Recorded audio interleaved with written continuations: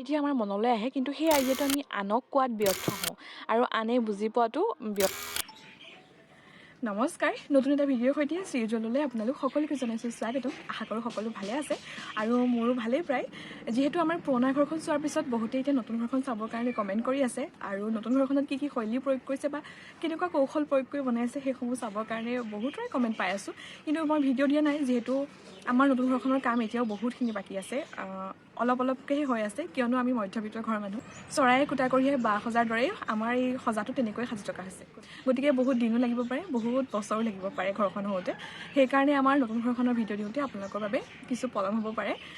যিহেতু আপোনালোকে নতুন ঘৰখন চাওঁ বুলি কৈ আছিলে সেইকাৰণে ভাবিছোঁ আজি এতিয়া আমাৰ কি পৰ্যায়ত আছে ঘৰখন বা কি কৌশল ভাবি চিন্তি ঘৰখন বনাই আছে সেই সম্পৰ্কে আপোনালোকক অকণমান আভাস দিওঁ বুলিহে ভাবিছোঁ।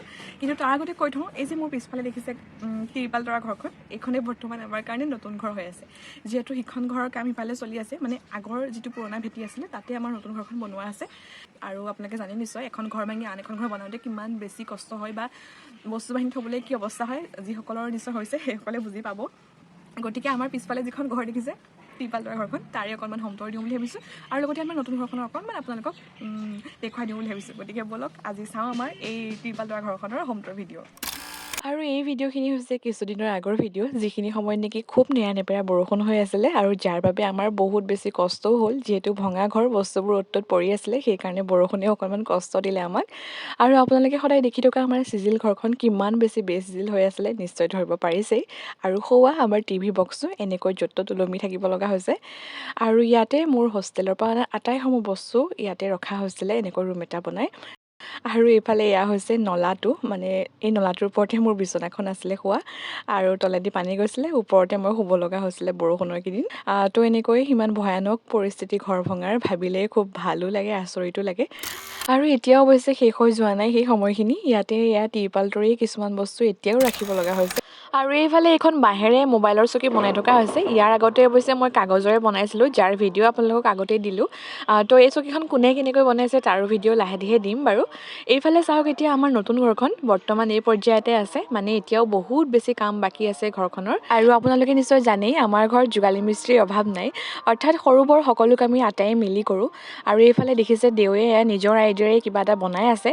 যিহেতু কেতিয়াবা এনেকুৱা হয় কিছুমান আইডিয়া আমাৰ মনলৈ আহে কিন্তু সেই আইডিয়াটো আমি আনক কোৱাত ব্যৰ্থ হওঁ আৰু আনে বুজি পোৱাটো ব্যৰ্থ হয়, কিয়নো সকলোৱে ধাৰণা বা আইডিয়াবোৰ বুজিব নোৱাৰে, নহয় জানো?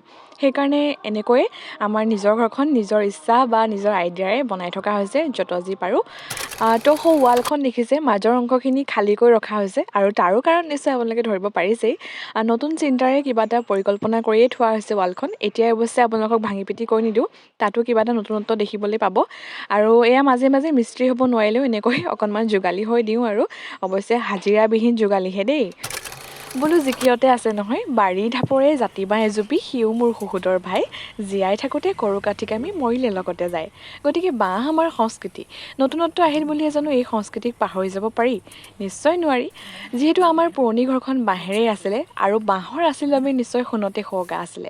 সেইকাৰণে এতিয়া এই নতুন ঘৰখন যদিও নতুনত্বৰে বনাই থকা হৈছে কিন্তু পুৰণি সংস্কৃতিক আকৌ আঁকোৱালি লোৱাৰ চেষ্টা কৰা হৈছে। গতিকে আমি মধ্যবিত্ত ঘৰৰ মানুহ হিচাপে কিমান দূৰ কি সম্ভৱ হয়গৈ বাকীখিনি সময়ে ক'ব। মানে সম্পূৰ্ণকৈ ঘৰখন চাবৰ কাৰণে আপোনালোকে কিছু অপেক্ষা কৰিব লাগিব।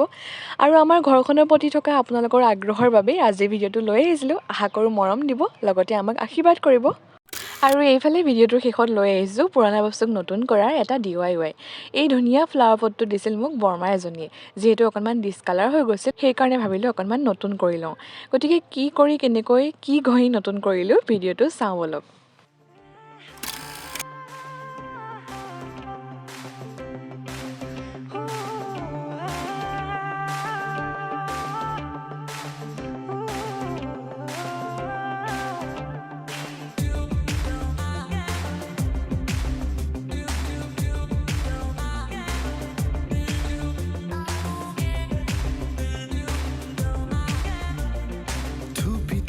তৰালি ফুৰা এটি মন উন্মাদ হৈ হেঁপাহৰ বিচৰণ, থুপি থুপি তৰালি ফুৰা এটি মন উন্মাদ হৈ হেঁপাহৰ বিচৰণ, গানৰে গুণ